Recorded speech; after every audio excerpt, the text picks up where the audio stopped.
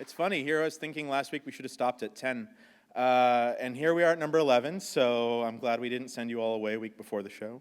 No, it's actually been pretty easy this year. Hi, my name's Chris, Christopher Butcher. I'm the festival director of TCAF. Thank you.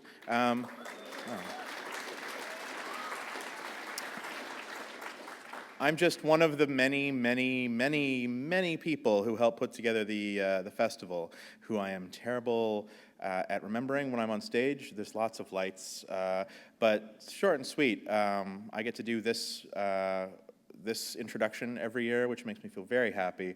But there's a bunch of people walking around this weekend in Beguiling Little Island staff shirts, in TCAF volunteer shirts, and TCAF volunteer shirts from previous years, because people are really proud of volunteering when they can. So if, while I'm up here, I would hope that you could just take a second to say thanks and hello to all the volunteers that are helping out this year. They really are great, and TCAF wouldn't happen without them.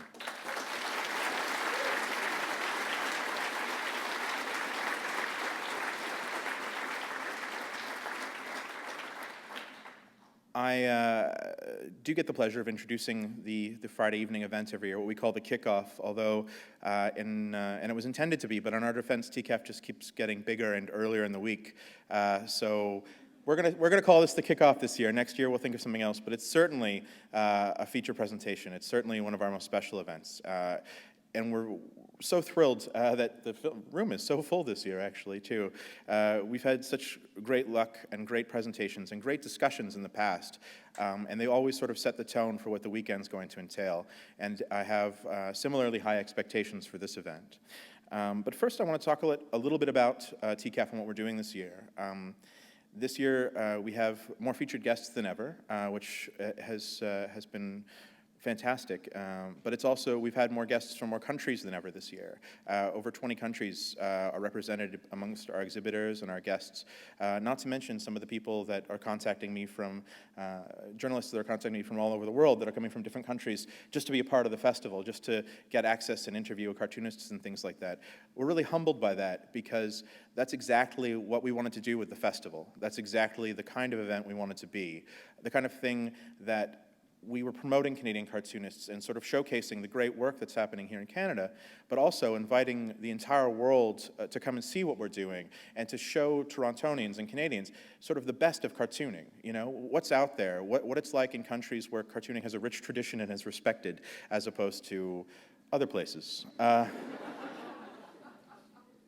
We have some wonderful international guests, but our focus has always been on Canada and Canadian cartoonists, and I just said at the last event, and I've never said it out loud before, but I'm really starting to regret the name TCAF a little bit, because Toronto has a reputation in Canada, nationally, internationally, and we've kind of made it all about ourselves, when really it is about all of the cartoonists that choose to participate and choose to work with us and choose to exhibit and come and do presentations.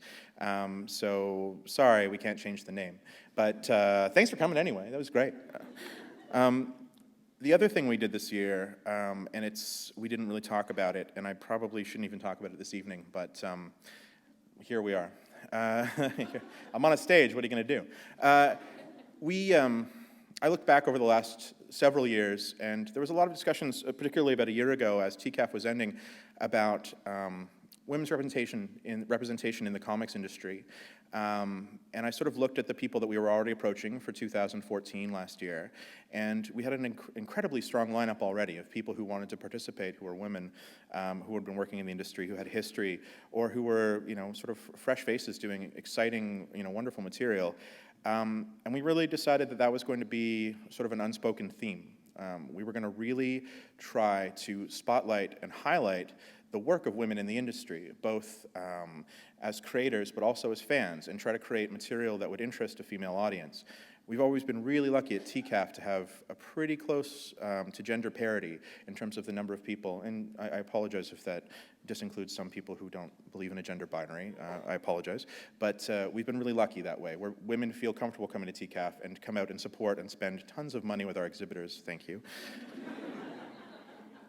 And we looked at it and we said, let's run with it. Like, let's actually look and see who's the female cartoonist who's doing the best, you know, some of the best manga that are coming and that are being translated. And so we were able to introduce and welcome Mayoko Ono and Estem and Akira Himakawa. And it's, you know, it goes across everything that we're doing. Isabel Arsenault and Fanny Britt did a wonderful book last year that we claimed as comics, even though the children's book people probably wanted them for themselves, called Jane the Fox and Me. And it was like, they're comics, they're doing stuff that's winning the Governor General's Award. Let's make sure they're a part of the festival this year too. We've had tremendous support on that front from publishers. We've had tremendous support on that front from the media, who've been very good in covering what we're doing without maybe giving the game away, which I'm doing now here on stage. But really, this isn't a one-year thing for us either. This isn't just a theme this year. We're going to go back to anything. I think we've always been good at showing the diverse faces of the comics industry, but saying that, we could always be better. So I'm really proud of the lineup this year, both of the programming, of the guests who are here, and of course, the wonderful fans, volunteers, people who participate in the festival. I want us to continue to be as inclusive as possible, and I want us to continue to be able to work and welcome all different kinds of work. I want comics to be the theme of TCAF, and that means including everyone who makes comics, and particularly people who are doing a good job. So that's TCAF for this year. I really think it's going to be something special, and I've just gone on too long. So I'm going to do two more things. First, I'm going to thank all of our sponsors, because TCAF is very expensive, and we don't charge you guys to come. Most of you, anyway. So without these sponsors, TCAF wouldn't be possible. First off, Toronto Public Library, where we all are right now, has been phenomenal.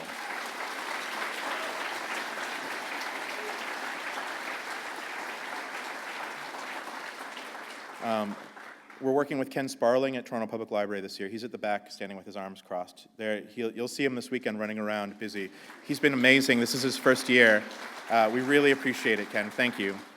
I don't think that TPL knew what they were in for, and it's too late now. We're here. It's been 6 years.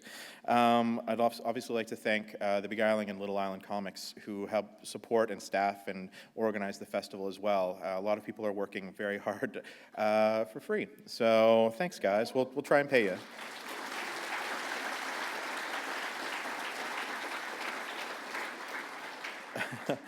I also like to thank the following organizations who have supported TCAF, either through our guests, through monetary donations, or for programming and events.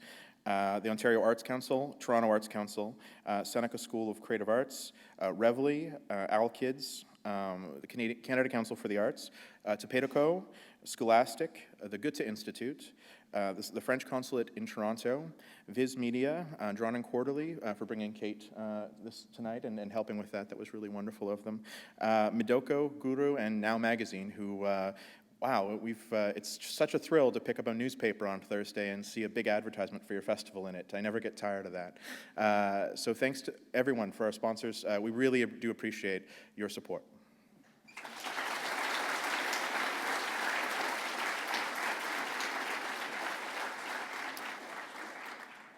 So now I'd like to we'll start our evening. I'm tired of, you're all tired of me, so let's do this.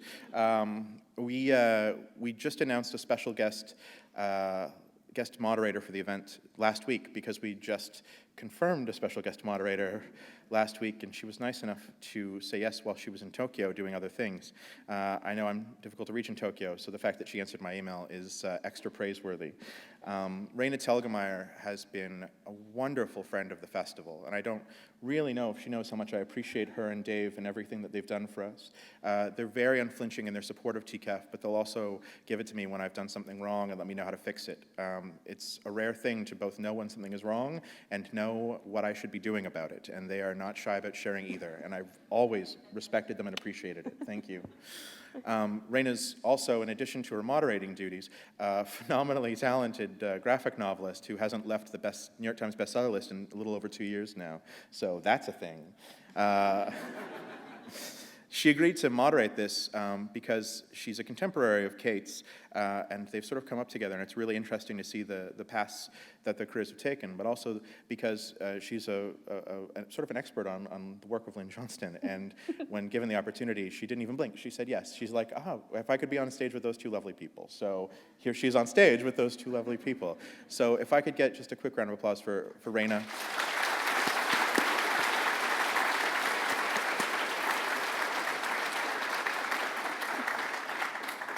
And our special guests this evening, who don't want a terribly long introduction, so I won't give it, but Lynn Johnston is a featured guest of TCAF and the creator of For Better or For Worse. She has officially retired from being a cartoonist, but continues to create wonderful new things like the poster she created for the festival, which is just down for sale outside, actually. If you want to pick one up, it's fantastic. Also, she's been very generous with her time this weekend and very, very busy, so we appreciate her coming to Toronto. Thank you, Lynn.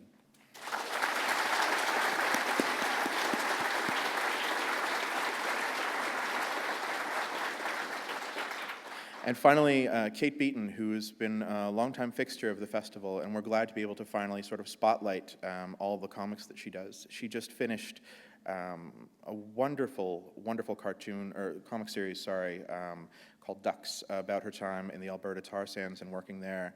And she's one of my favorite cartoonists as well, so it's really wonderful to be able to welcome her to the stage and to welcome her to TCAF. And I can't wait for Raina to dig in and find out all about everything that Lynn and Kate share and their differences. And you know, it's going to be a hoot, guys. So buckle up, ladies and gentlemen. Raina Telgemeier, Lynn Johnston, and Kate Beaton.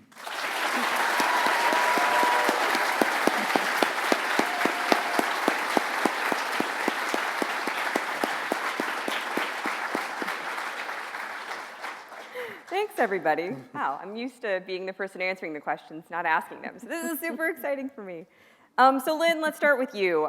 Let's maybe set the scene just a little bit. And if you could tell us what the industry was like before you started For Better or For Worse in 1979, and you were publishing small books that somehow became bestsellers and really, really popular with your audience. Let's just set the stage. I know as I first started going to the National Cartoonist Society events, I stood in a hallway next to Jim Davis, who just started Garfield, and all of the seniors going by, Mort Walker and a lot of these people that were working with Mad Magazine and New Yorker, they went by kind of ignoring us, and he said, yes, someday we'll be the old farts, you know? And now I get to ignore all the young new people because I don't know what they do. I don't know their names. But yeah. In '79, there was still a lot of potential for syndication, and that was the thing. I mean, cartoonists were hoping that they would get syndicated, and it's a lot of hard work, but as I was saying before we sat down this evening, that our original contracts were 20 years long, so if you could hit the mark, you had 20 years guaranteed. So it was a great job. If you had over 300 papers, you could make a very good living. 150 papers was a really good run. You have to sustain your characters, you have to sustain your work for 3 years before the audience buys into what you're doing. So it's kind of tough now with students and younger people getting into the business, and they don't realize what kind of pressure there is and how much they have to produce in a short period of time, and most burn out in 3 years. So I think that's why there are a lot of collaborations, and comics are changing. It's not the panacea it was when I got involved.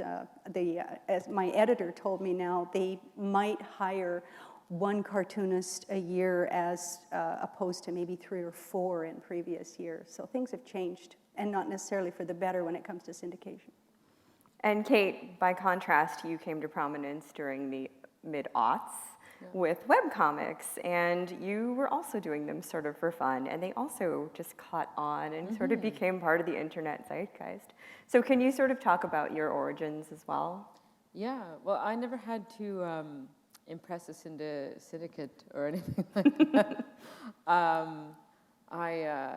I got into comics because I did them at my university paper, and then I was looking for an outlet after university where people would still read them, because I missed having that audience, and online was the answer. I met with some other cartoonists who were putting their work up, and they said, you should just make a website. So I did, and it wasn't a very good website, but it was enough to get the comics around, and they took off from there by word of mouth, because there's it's kind of a meritocracy on the internet sometimes.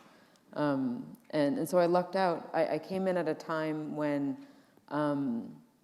comics had already established themselves online, but there wasn't the sort of intense saturation of material that we have now, not the BuzzFeed lists and the pirating of content from other places. And people still went to your website to read your comic instead of feeding them off like a Tumblr, where there's a million other things competing for everyone's attention. So the mid-2000s were a good time to get into comics because there was an audience ready for it, but there wasn't a million other things competing for their attention at the same time. So my content was one thing, but timing was another. So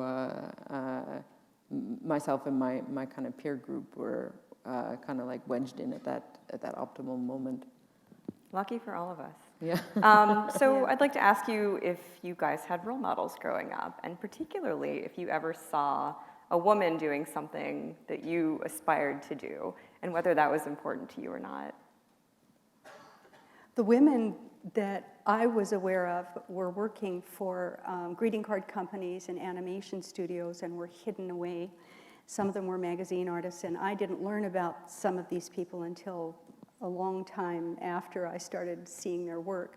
My role models really were Len Norris of the Vancouver Sun. He was their editorial cartoonist, and he was by far the best cartoonist on the planet as far as I was concerned. Because no matter what he gave you as a gag, there was so much more in the background and so much more going on, and I loved his style. He had been trained as an architect, so of course the illustrations were just superb. And of course, reading the comics all the time when comics were comics in the Sun, the Saturday papers, when you actually had a comics page and it really was big enough to read without microscope, And then, of course, reading Peanuts and all those things in the paper. Yeah, my role models were people that I saw out there, and I think that's what all of us do. If you do this type of work, you see what's out there and you emulate the people whose work you really admire. And Doug Wright, he was another person that I just loved. I just loved his work.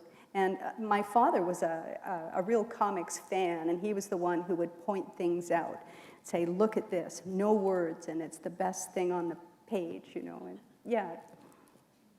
I think that who you see is exactly what it is, because growing up, especially, I was from such a small place that my role models were very local. A painter in my town who was the only artist, and people like Bruce McKinnon who did and still does editorial comics for the Halifax Herald, and on the comics page, and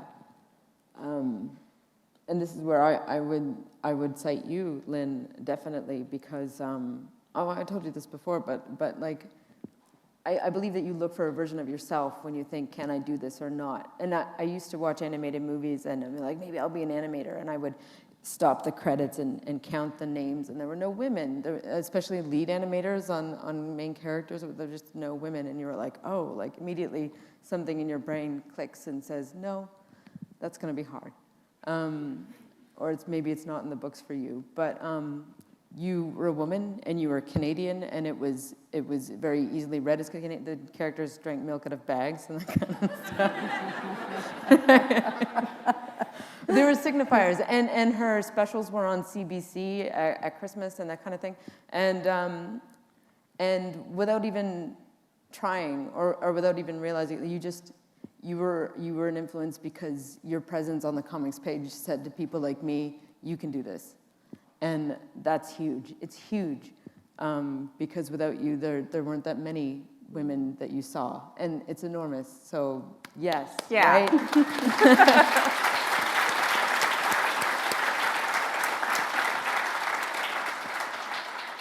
And so in 1985, Lynn won the Reuben Award, which is the American National Cartoonist Society's biggest honor. And she was both the first woman and the first Canadian to take this award home. What was that like for you, and did you have a feeling of how progressive that was at the time? The most important thing about that day for me was going to Washington, meeting all of the cartoonists, and having Charles Schulz come up to me. I hadn't met him before, and he shook my hand, he put his arm around me, and he whispered into my ear, I voted for you. But the evening was a really stressful evening because Jim Davis, who did Garfield, was also up for the award. And there was an animosity between the Davis bunch and others, and I won, and I wasn't ready to win. I hadn't produced enough work, I didn't feel ready to win, and that night I felt as though I had won because nobody wanted Jim to win. Oh. And these things, they happen. He must have won later, though. Or He some other eventually time. won. Yeah. But I don't, but it was like, oh, I guess we better give him the award, you know. But it was stressful because I think you have to feel ready for something like that. You have to feel as though you've really accomplished enough that your peers, I mean, I won before some of the people from Mad Magazine won, you know, I mean, and that's not right. Mort Drucker, everybody knows Mort Drucker. If you like Mad Magazine, imagine. I won before Mort Drucker did. That's not right. So It's funny because she can say that and we're all like, it's fine that you won before. And Anyway. you became great friends with Charles Schultz afterwards. Yeah? Absolutely. Yeah. Oh yes, absolutely. That was the best part. And you know, the thing about being a woman in the business, the only time I felt the pressure of being a woman in the business was when I became the president of the association. And all the old boys club were kind of expecting me to go make coffee for them. And really, I had a gavel and I made them shut up. And one of them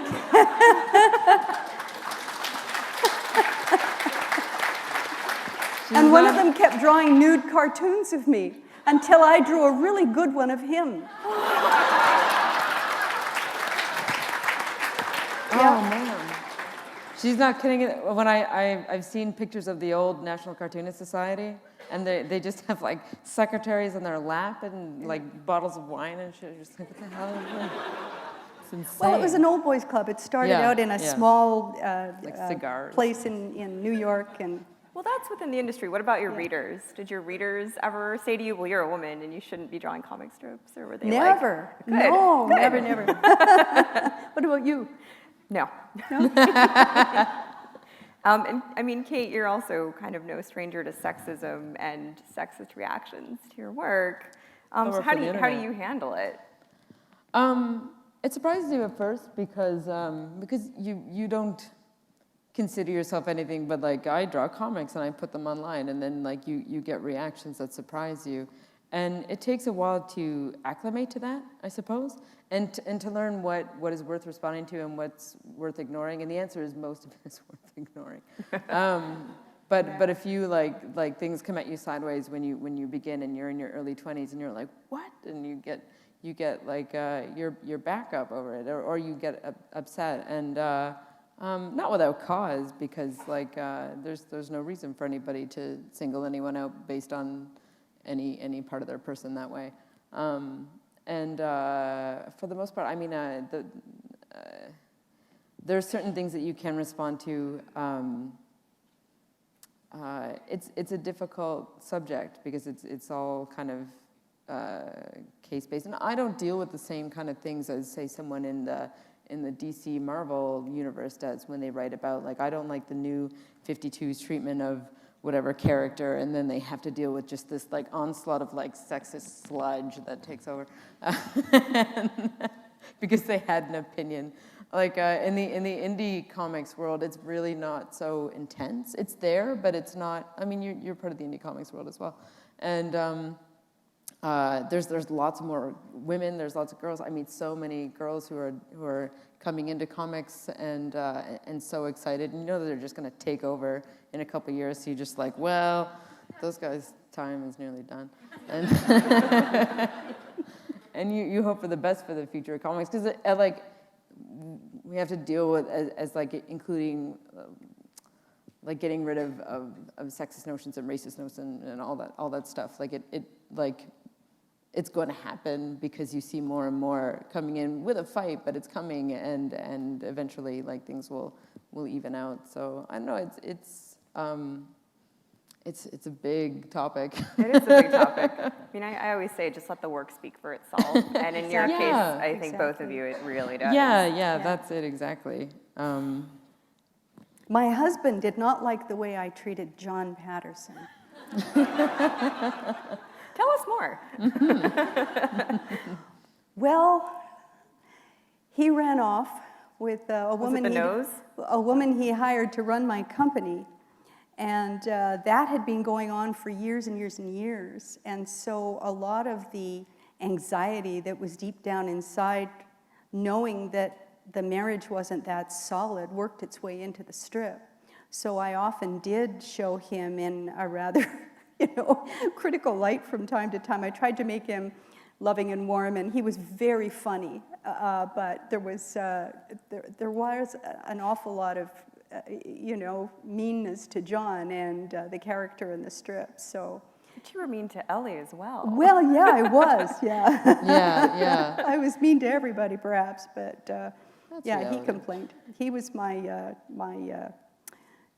worst critic, and probably next to me, my worst critic. Yeah. Well, this leads me right into asking you about using your real families, whether they're based loosely on your real family members or whether you're doing autobio about your parents and your relationship with them. And I think that really connects with readers, but how do you know where to draw the line? I asked my family. You did? Oh, yeah, I did, and you've probably asked friends and family, too. I know you did. You've asked friends and family. Yeah. Sometimes after the fact. Was this cool? Yeah. Okay. Well, if it's a loving way of showing them. But most people want you to put their stories in the strip. Yeah. Well, to a point. To a point, yeah. But they'll tell you stuff hoping that you'll put it out there, and it's really not. Yeah. Oh, yeah. But that's like every comedian, right? It's like, I know a joke. And I'm like, oh, yeah. Do you? Yeah. I don't have a problem. I have a problem with monetizing it because my comics, unlike yours, are like my literal family. And people ask to put them in a book, and I have a hard time exploiting that since it's them specifically. And because I'm from such a small place that if there was something available for people to buy that they can go into where my mom works and hold the comic, and it feels like it would make them uncomfortable. Somehow my town is so small and hilarious that nobody really has a Twitter account, so I can tweet as much as I want, and no one really figures it out. But if there was a book, everyone would just have it, and then that would be like an invasion because it'd be like coming into their personal lives and their personal territory. But in the comics that I make, I just try to replicate the love that I see. So I really enjoy connecting with readers in that sense, and you probably did as well. Like so many people, even in anticipation of this panel, I saw people commenting about how they were excited to come because like the Pattersons were my family, and I grew up with them and they were like my siblings. And I had a crush on Michael when I was 10. You know, when Michael was engaged to Deanna, I got this desperate letter from a girl said, "Wait, he's got to meet me first." Oh no, they were so real. They were. What about, is there anything either of you shared that was like oversharing that you regretted after the fact? Oh, everything I put on Twitter, probably. Just scrawling thoughts. Sometimes I delete them later. I'm like, why did I say that? You should sleep on something emotional that you're about to like put on the internet. And if you still want to say it the next day, maybe you can say it. But yeah, there's that like immediate release of content. Less in my comic works, but more in like the social media type part of my job, for sure.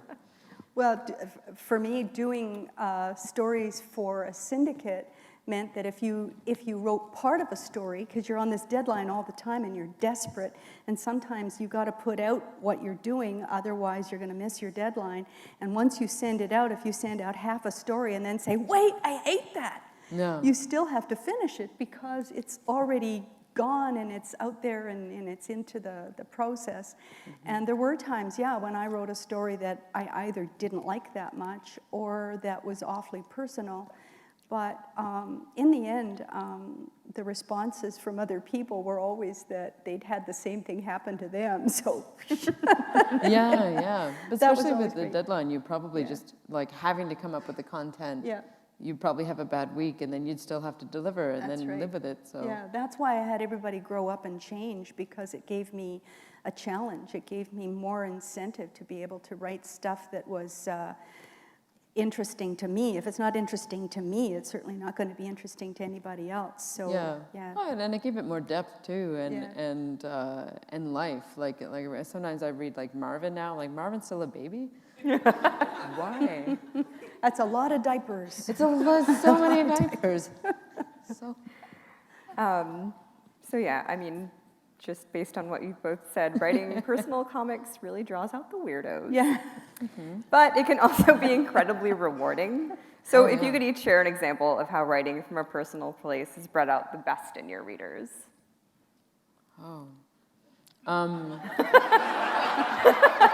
it's like I'm gonna say something bad. No, I have a wonderful readership, and I love it when people say that the personal work is their favorite. And I make comics when I go home for Christmas. I chronicle the whole thing, and my family is great about it. They don't complain. They should, but they don't. And some people, right, they're like, I wasn't able to come home for the holidays, and I get it vicariously through your comics, and they're the best part of my holidays, and that's what an amazing thing that is. Or when I made the Fort McMurray comics about working up in the oil sands, people who had worked there, who had felt the same thing and found it hard to articulate to others, because it is an otherworldly experience. It's very difficult to describe what it's like working in this environment of money and destruction, and you're there and you're participating in it, but it's not black and white by any means of what you see and what you experience.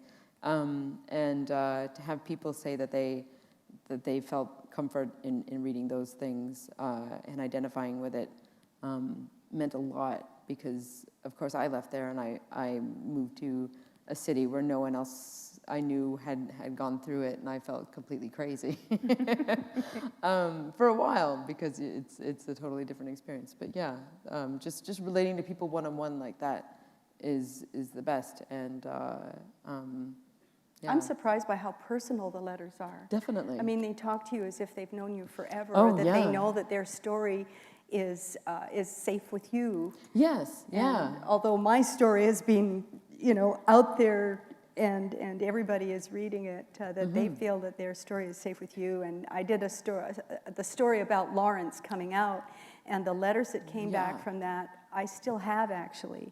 I have all of them, and those were some of the finest letters I've ever read, and many of them were letters from people who had not spoken to their family or friends. And He was the first comic character in the syndicated strips, right? actually, I think there was one in Doonesbury. Oh, okay. Yeah, and but his is very political, and he tends to be in the political section of the editorial section of the Definitely. newspaper, and mine is still in the comic section. So, I was walking on a thin edge there for a while with some editors. Yeah, if anybody didn't know that, and it was the early 90s? Yeah. Yeah, Lynn had a teenage character come out as gay in her comics, and it was enormous, and it caused a lot of talk and controversy, but then a lot of, obviously, personal connection. Super positive Wonderful, response. yeah. It really, in the end.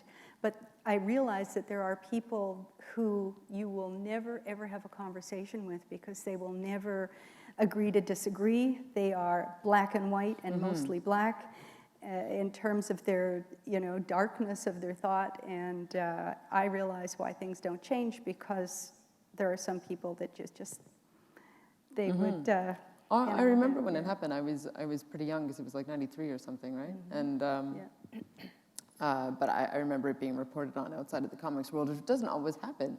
There's not a lot that happens on the comics page where someone is like, wow. And then it was in the regular part of the newspaper.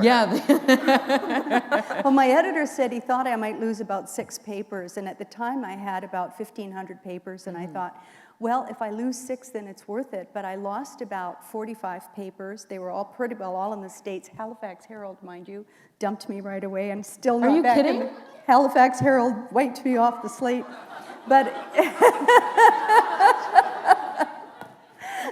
Shame. and so, but the funny thing is that at the time, pretty well every major city had 2 papers, like the Toronto Star, the Toronto Sun, Vancouver Province, Vancouver Sun. Yeah. And so once a newspaper dropped you, the other paper would pick you up. So we sold like 55 papers, like right off the bat. It was like, yes! But it was a really traumatic time, and I would lie awake saying, what have I done? It's one of those things where you send it off and say, oops, it's out and running now, what do I do? But it's probably the story I'm most proud of, and Definitely. the response, the letters that I got back from people were fabulous. Yeah. Awesome. I was in high school when that strip came out too, and Oh. I like ran to school and like said to my gay friends who were all still closeted, "Have you seen For Better or For Worse?" It's Michael's best friend. Awesome. So, But just the fun thing now is that it's running again, and anybody who was angry then can see Lawrence growing up with Michael as his best friend and next door neighbor. So I'm thinking, yes, No, there you go. Kid next door. do either of you feel a sense of responsibility, like to future cartoonists, to be a role model or a spokesperson or yeah. anything? You were talking about sexism before, and I said that a lot of the things, I ignore a lot that comes my way. But I do feel that that's a disservice to a generation of girls who are coming into comics and without any idea that there are dark sides to this. But there are still for women in almost every industry. You're like, wow, comics are really bad. Then the people in the tech industries are like, no. Bad here, or in the academic industries, they're like, no, it's here, the academics, or anywhere, right? So it feels cowardly to not say anything all of the time, but you have to pick your battles, I suppose, and decide what you're going to comment on, because it does no good to just be like, that's somebody else's problem, because then you meet these young readers at comic shows, and they're just like, I want to be a cartoon, and they're adorable, and you're just like, I want it to be beautiful for you. I've tried to help other people by having them send me their work, and I've gone through it all and edited and worked with them and made suggestions, and some have been very, very close to being syndicated, and they give up, and I don't know what it is. I don't know what it is. It wasn't you, I'll tell you that much. No, there's a culture definitely in this internet age of sort of instant gratification. You put something up and people are like, LOL, and you're like, job done. Good night. And nobody's asking you to work 3 years on something and then maybe it'll work out. That's like, that just doesn't happen anymore. I can see why they burn out, but then, or why they feel like, why they can't, it's hard to see the like long term in that sense. When you see people whose comics come up on Tumblr and like what gets the most notes and reblogs and whatever, it's probably not your best work. It's probably the one that references like Benedict Cumberbatch. And then someone's gonna be like, oh, that's the good stuff. It's just the Benedict Cumberbatch stuff. It's not a mark of good quality, it's just internet stuff. And it's hard to discern what's worth it, I suppose. I definitely think that there's so much like information and static and noise coming in and the real addiction that you can get to an immediate response that it's hard to see a long game. Difficult, but I understand. Somebody asked me today or yesterday whether I would, if I was a young artist now with all of the internet potential there, would I still do what I'm doing? And I don't think so. I think I would run an advertising agency where I would make my money, because I'm good at that. But I'm not very good at handling nastiness, and some of the people that send you messages with, you know, their anonymous messages are so horrible. And even though you know they're assholes, you just say, why am I doing this for you? You know, where are the really nice people? You know, Oh, that yeah, yeah. You want your hand held and your head patted once in a while, you know. But Well, what were you doing? What were you doing before you wrote "David, we're having a baby"? David, we're pregnant. David, we're pregnant. That's it. So, I was a medical artist. yeah. Yeah. Oh, great. Yeah. Yeah, it was an interesting job. The end.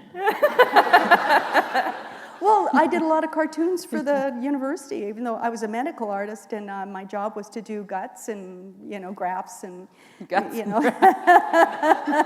That department. I was really good at the plastic surgery art. I was interested in that. That's when you did a lot of comics in the university. That's what I Well, did you as know, well, yeah. universities want comic art. They're Yeah. doing, you know, they're doing posters and invitations to things, and you know, Yeah, this was a yeah. medical center, so they wanted comics for the kids to color in the, you know, right. intensive care, and so you're always, if you can draw comics, they want you to draw comics, and eventually you're drawing comic guts, you know, and I did. And some of the students at McMaster are still using my cartoons in epidemiology and biostatistics. So boring. But being statisticians, they did a check to see if the kids looking at the cartoons retained the information more than the kids looking at the black and white images, and I know they did. cartoons won. So, Comics are an amazing mnemonic device. That's a fact. So you're both pretty funny cartoonists. You're two of the funniest cartoonists I've ever read. Can we talk about writing humor? And I want to know whether jokes work best if they kind of come to you out of nowhere, or if you spend time crafting your jokes. both. Both, yeah. Oh, yeah, both. Yeah. Well, how many of you have watched Stripped, the documentary? Oh, yeah, quite a few. Because you talk about having ideas and dry spells, and then Oh, yeah. and then like intense flashes of inspiration in that one. But yeah, it's not dependable at all. You want to. You especially on the deadlines and stuff, like if I am in a bad mood, I'll just like, no comics today. No syndicate is holding a gun to my head. I don't know, I have, I like to think that I have some process. I read and hope for the best, honestly. I found it's funny because you're on a deadline and you have to have material right away. After a while, after you've been in the industry for about 10 years, you trust yourself and you trust whatever it is that brings you the material, that it's going to come back, even though you have days when you're absolutely brain dead and empty. And my process was to sit on my couch with a coffee and a lined pad and to write out the dailies as if I was writing a script. And there were times when I couldn't even think of one, not one. But I knew that if I waited for 24 hours, I would be able to write 2 to 3 weeks just sitting there. And I knew that it would come back. And so, but it took a long time before I had the confidence to know that it would come back. And there were times when personal things happened that were horrible, but I knew that it was going to make the best cartoon in the world. And I couldn't wait. And one night, my husband and I had moved into a new house, and we were used to a great big bathtub where we could light candles and sit down with a glass of wine and talk in this great big jacuzzi. In your tub. bathtub? Yeah, Oh. it was a jacuzzi. It was a big one. So then we moved to this other house, and we had a much smaller bathtub, and we lit up the candles, took out the wine, and as I settled down into the bath, he started to yell at me because my hair caught fire, right? Because the candle was right behind me, and he immediately shoved me down into the tub, and my feet are up in the air, and right, you know, and so much for the romance of the evening, and I could not wait to get to that strip.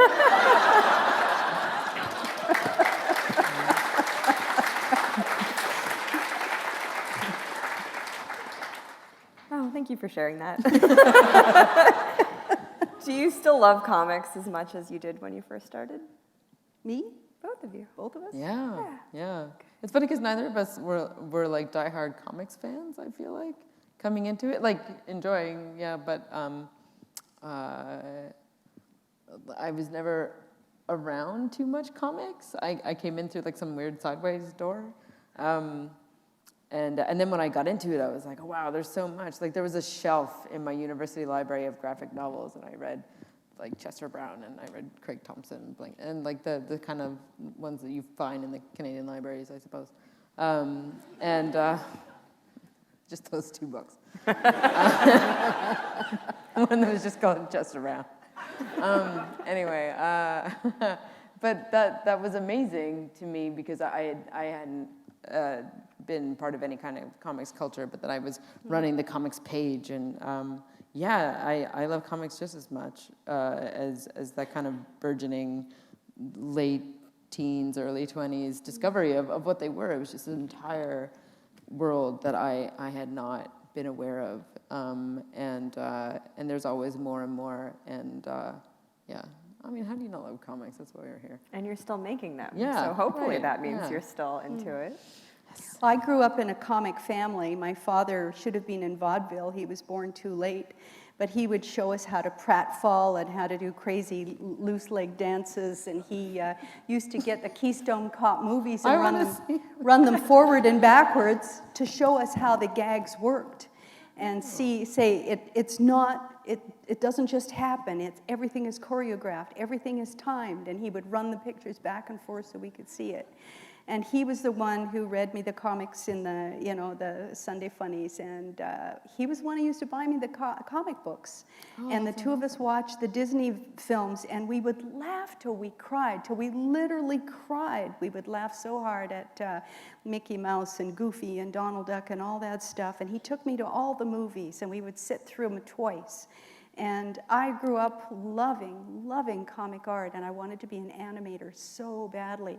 Oh, I guess I was wrong about that then. But there was no animation school at the time. It was not something you could learn. I went to the Vancouver School of Art, and there was a little bit from the National Film Board.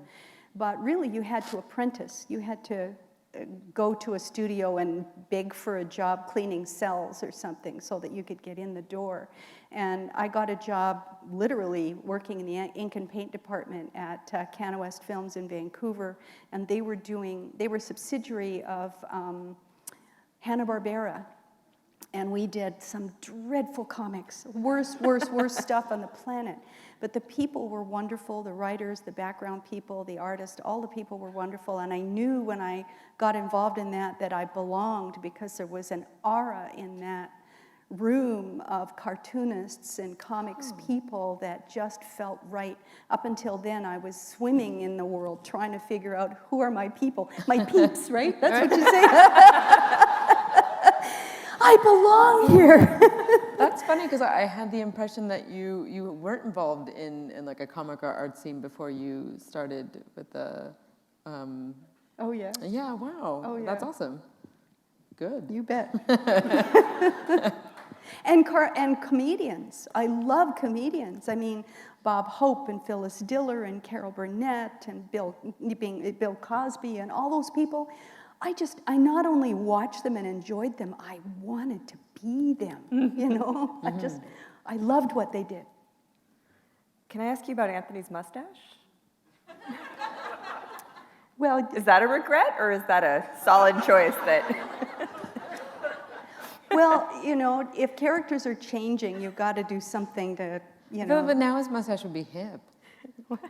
What? Did you just wait? What did you? No, I ask? didn't hear you. Oh, never mind. That's okay. Continue. You know, it's surprising the number of people who wrote to me and said how much they hated that mustache. Yeah. I had no problem with the mustache. A lot of my friends did, but it was controversial.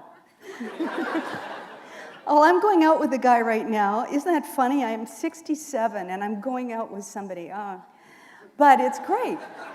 She still got it, folks. And I want him to grow a mustache.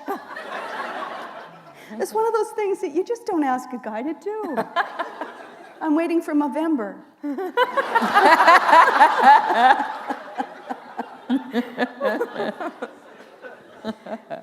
So what is it that keeps you coming back to the drawing board every day?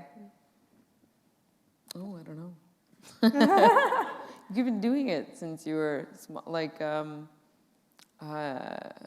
I was talking about meeting a bunch of grapevines who all knew Raina's work, and they were all like, "Oh my God, you know her," and Anyway, so we were talking about being an artist and being in a studio because they were visiting our studio, and I was like, "Who likes to draw here?" And everyone was like, "He does." And it was this like other kid who was like, "Yeah, it's me." I was like, "I know you. I was you." You know, the one who could draw and was drawing and could be found, and like that's what keeps you going back because that's what you always did. You were like, you know.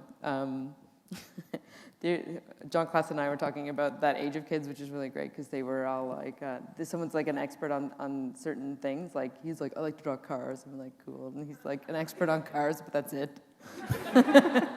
I was cats, so. I'm like, I draw you like a Manx cat or like a tabby cat, like you name it. Anyway. You know, yeah. I would keep drawing if I could see, and I am having such problems seeing, and my hands shake. And it just drives me crazy because being young, you take seeing and your hands working for granted. It's Definitely. there, it works, it's there. And now it takes me forever to do one little drawing because I can't see, you know, it's just... But you kept it up, like, basically as much as because you were still doing the line work and other people would do the solid inks, right? At one point, I had people inking backgrounds, but I did all the pencil work, and I always did the characters. I never let anybody touch the characters. That's but I had a wonderful inker who did the backgrounds, and I've had a couple of wonderful people to work with. It was just a joy. Yeah. So I guess... Yeah, not without a fight then, eh? Pardon me? You said not going down without a fight then. Well, no, but now I'm going to have them, you know, those cataract things done or whatever, and I don't want anyone to cut my eyeballs. But if they cut your eyeballs, do you think there's ever a chance we'll see something else from you, maybe a graphic novel? You know, you know, I would rather tell stories and write stories now because I really like to storytell, but what I'm doing, and I know it sounds crazy, is that I'm doing fabric designs. I'm drawing doodles of stuff that goes on and on and on and on, because I can do it without thinking and without really drawing anything preliminary, but cats and dogs and fish and birds and Aztecs and, Out of the panels. Pardon me? Out of the panels. Just stuff. I can show you. I've got stuff. Anyways, but that's fun because my daughter's working for me now, and she's the one that's carrying on with the business, and she's the one that's doing the books, and she's the one who can sculpt and sew and create. And so I'm just doing fabrics, and she's working with a seamstress who's going to make a clothing line and all that kind of stuff. So. Awesome. We don't know where we're going, but one of the great things about having had such a good job is that I can afford to invest in something new, which is very exciting. But look after your eyes. Be grateful for all your healthy working parts. And Kate, do you have anything on the horizon that you can talk about? Yeah, well, I've been working for a long time on a scholastic book, a kid's book, and it's taken... That's the Fat Pony one? That is. Yay. It's about a princess who wants to be a warrior, and she asks for an awesome warrior horse, but she gets that instead, and she thinks that she's licked. They work it out in the end. I would, you know, when you talk about graphic novel, I bow to your ability. The two of you are doing such a wonderful job with the work you're doing that I feel that what I've done. And I don't want to do, I mean, the things that make you create are the things that you really want to do. Yeah. You're living in that zone and you just have to get it out there, and you want other people to see what you see in your imagination, and that's the incentive to get that out there. But I've done that now, and I can't believe that I don't want to do it again. I can't believe that, because at one time that's all I wanted, and at one time everything was a gag, and I would write it down on any piece of paper that I had in my handbag. And now Jan Elliott, who does Stone Soup, is one of my dearest friends, and she called me the other day and said, I'm absolutely drowning in misery. I can't think of anything. And I said, well, sorry, Jan, neither can I. And at one time I would have been able to write her back with a dozen different ideas, and now I can't. Well, it's a really like Strange. high gear way of living for a long time, and when you stop, I feel like It's a momentum thing. yeah, definitely. I took a break from comics for a while because I burnt out on them because you can. Like anything that I feel like people who finish something like a graphic novel just like you see them near the end and they're just like, oh. I say there is one thing that I really fantasize about, though, that if I was going to continue the strip from now into the future, I'd bump off the husband, and I know exactly how to do it. You know? Oh my God. Yeah, I know exactly how to do it, and it would be very funny because there's no point in croaking unless it's funny, right? You know, I just so. Well, on that note, if we could open it up to questions from the audience, we have a few minutes, and so questions for Kate and Lynn, or yes. Lynn, we're in a Beaton student, so I was wondering how the transition of having your comic strip turned into an animated series was. And for Kate, I'm actually from Nova Scotia as well. So yeah, so I can relate to the thing with just having the one artist in your town. Yeah. And I was wondering if that had an effect on like your strips or just going home, like the environment. Definitely. So Well, do you want to go first? Oh, but Let me just repeat the question for the Okay, benefit good, of those in the very back row. The first question is for Lynn, and it's about transitioning from comic strips to animation. That was the most wonderful thing ever, because you're working with such a fabulous team of people, the background artists, the writers, and you do work with writers, you can't just do it all yourself. The musicians, it was just the best thing, and I remember when we did the very first show, walking down the hallway at Atkinson Film Arts, and these rooms are filled with young people drawing my characters, and in the background I can hear the soundtrack going back and forth as they're editing, and all of the storyboard is pasted up down the hallway, and I stood in the hallway and I said, Lynn, if you don't stop right now and say this is the best time in your life, you're crazy, because it really, really was. I loved working with all those talented, wonderful people, and the laughs we had. And people would go out of their way to get something right, including one time we needed the sound of a head. Farley is sniffing the ground underneath a fire hydrant, and when a cute dog goes by, he lifts his head up and hits his head on part of the fire hydrant. We need that pong sound, right? One of the guys even went into the basement of the studio and bonked his head on a pipe to see if he could get the right sound. And then I have I can't believe I'm going to tell you this, but you know when the Christmas specials come on and you live for like the Christmas animated specials that come on then? Your Christmas Angel was one of the For Better or For Worse comic or cartoons, and it was like on something late, and I was supposed to go to bed, and I threw a tantrum. Wow. And I was like way too old to throw a tantrum. I wanted to see it. Anyway, here we are. Did you get the Kate, did you get the second part of the question, or do you need to? You didn't say. I heard it, but the question was about Going home. yeah, going home and the influence of having a one artist in that. If you want to repeat, if you can.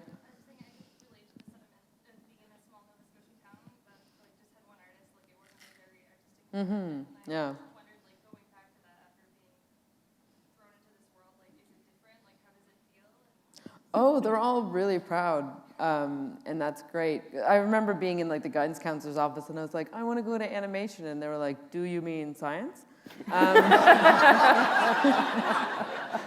had no idea what to do. They were like, you mean nursing, teaching? Yes. Fishing? But now, no, they are really proud, but they don't, like, it's such a small place that they don't understand. Like, I'd be like, I was in the Comics Journal, and they'd be like, I have no idea. But I was on, the Rolling Stone made, like, a list of, like, 50 comics, and you could tell, I think that when you look at that, you're like, oh, some intern made that list.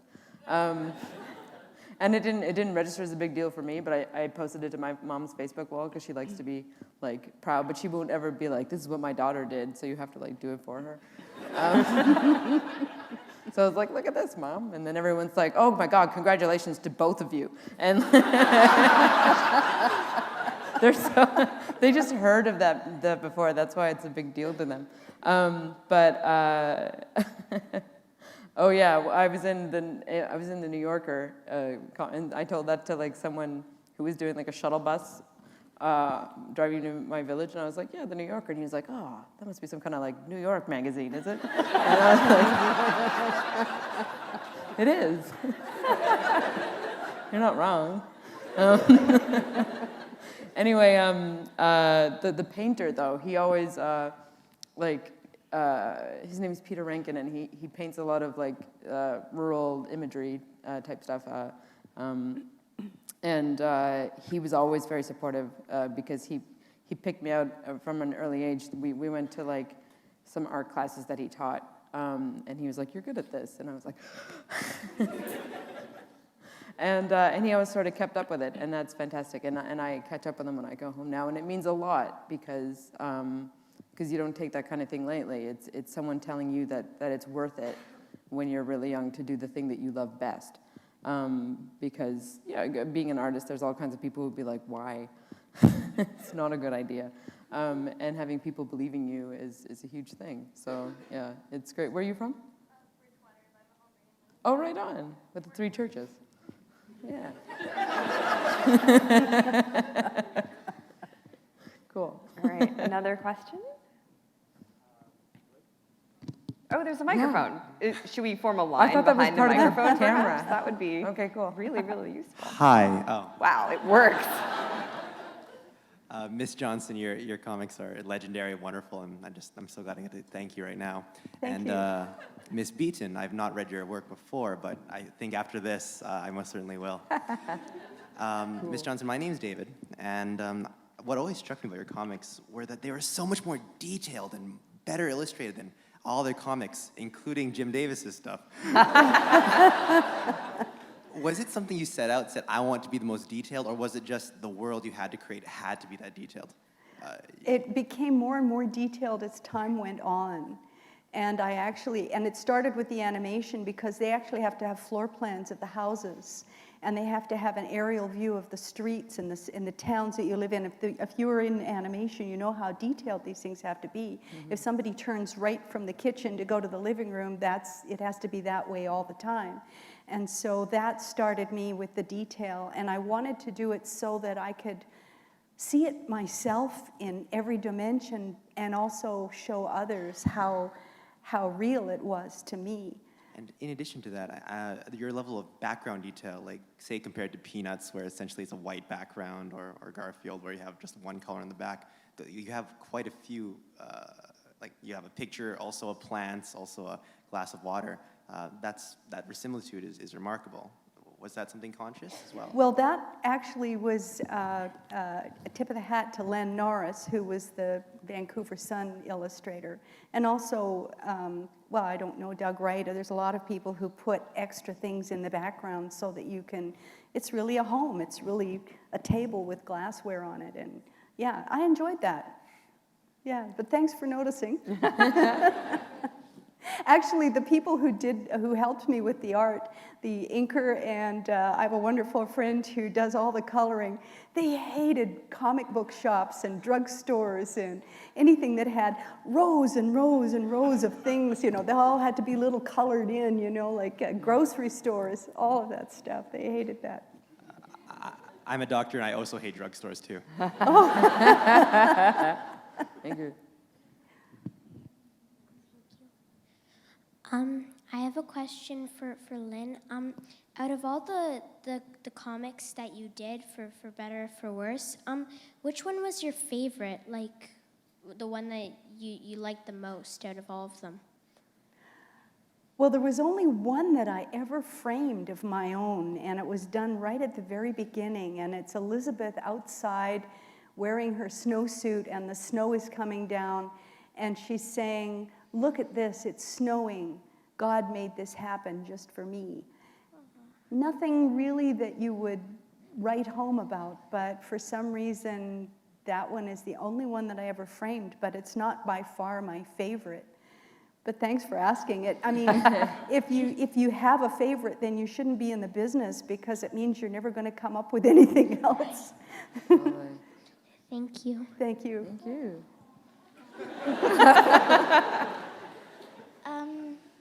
I wanted to know, it's a question for both of you. Which was the name of the very first comic that you made? I used to make comics with my sister, and it was a weird process where we would draw the pictures and not write any words and then trade and see if the other one could figure it out. And it did have a name. The main characters had names, and we would work together on that and laugh our heads off, and it was probably the best time I ever had making comics. Yeah. I used to draw comics when I was young, and the problem when you're young is that your brains go faster than your hands can go. And so in your head, you will have finished the story, but your hands will only have drawn maybe 3 panels. And it's very, very difficult when you're young to do comics that other people can read the way you do, because your mind is going so much faster, just because that's the genius of being young and being able to imagine so clearly. And it's really difficult. Yeah. But I guess we had budgie birds, and I drew budgie birds in people and budgies in clothes and budgies with feet and high heels. They were weird. So my head was going somewhere, my hands were going somewhere else. Thank you. Thank you.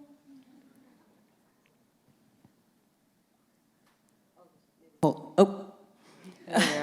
I had a question for Ms. Beaton, which I hope doesn't sound stupid in light of the you shouldn't have favorites thing that Ms. Johnston just said, but it was just, I've noted in Hark a Vagrant, you write a lot of comics based on real historical events or real historical people.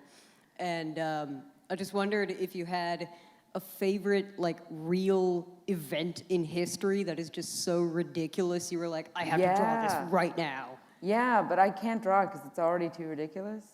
It's Rob we Ford? have to hear about that. It might be surpassed by Rob Ford, but no. In when St. John's, Newfoundland was a brand new city and didn't have many people living in it. There was a ship full of convicts coming from like Dublin or somewhere called the Charming Nancy, and it was bound for New England, which was still had penal colonies at the time. But there was an outbreak of like typhoid or something on the ship, and the convicts were all sick. So the captain was like, "No, we're just gonna dump them in Newfoundland instead. But we're not gonna tell anyone." So they just dumped all of these convicts on like the shore within walking distance of St. John's, and there's no phone or whatever. They're just like St. John people were just like eating their breakfast, and all these convicts came out of the woodworks and were just like drinking their liquor and like causing havoc. And people were like, "Oh, it's winter. Maybe you want a Coke," but then they would sell the Coke for more liquor. And they tried to round up all the convicts, and all the women disappeared because there were not that many women in St. John's at the time. And you should do it. I know. And they had it was the first time that St. John's as a city had to like get its stuff together and like write to London and be like, "Excuse me, all these convicts are here." And London was like, "That doesn't sound like it's our problem." And then they like figured it out eventually, but it's just an amazing story. And if I try to make it into a comic, it would just be that. It would be the thing that happened. So I haven't done it. No. But yeah, it's pretty great. I see what you mean about like how it's already so ridiculous. Like, how do you write that letter as a city? Excuse me, I can't help but notice that you dropped a bunch of convicts on our How do I doorstep." parody that? You don't. Yeah. Thank you. No problem. And this will be our last question. Yeah. Pressure. Well, you both have a very distinctive illustrative style that is just kind of It's unforgettably your style. And I'm just wondering, as an illustrator, who do you credit, who or what do you credit most with the development of that visual style? And do you ever feel that in the course of coming to the style that it is today, it ever changed really drastically? And if it did, was that a conscious decision or just something that came out of practice?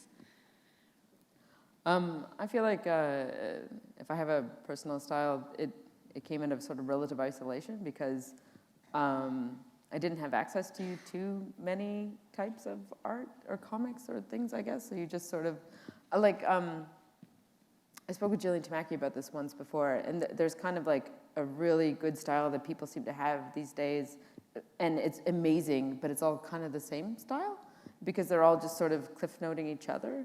Like manga?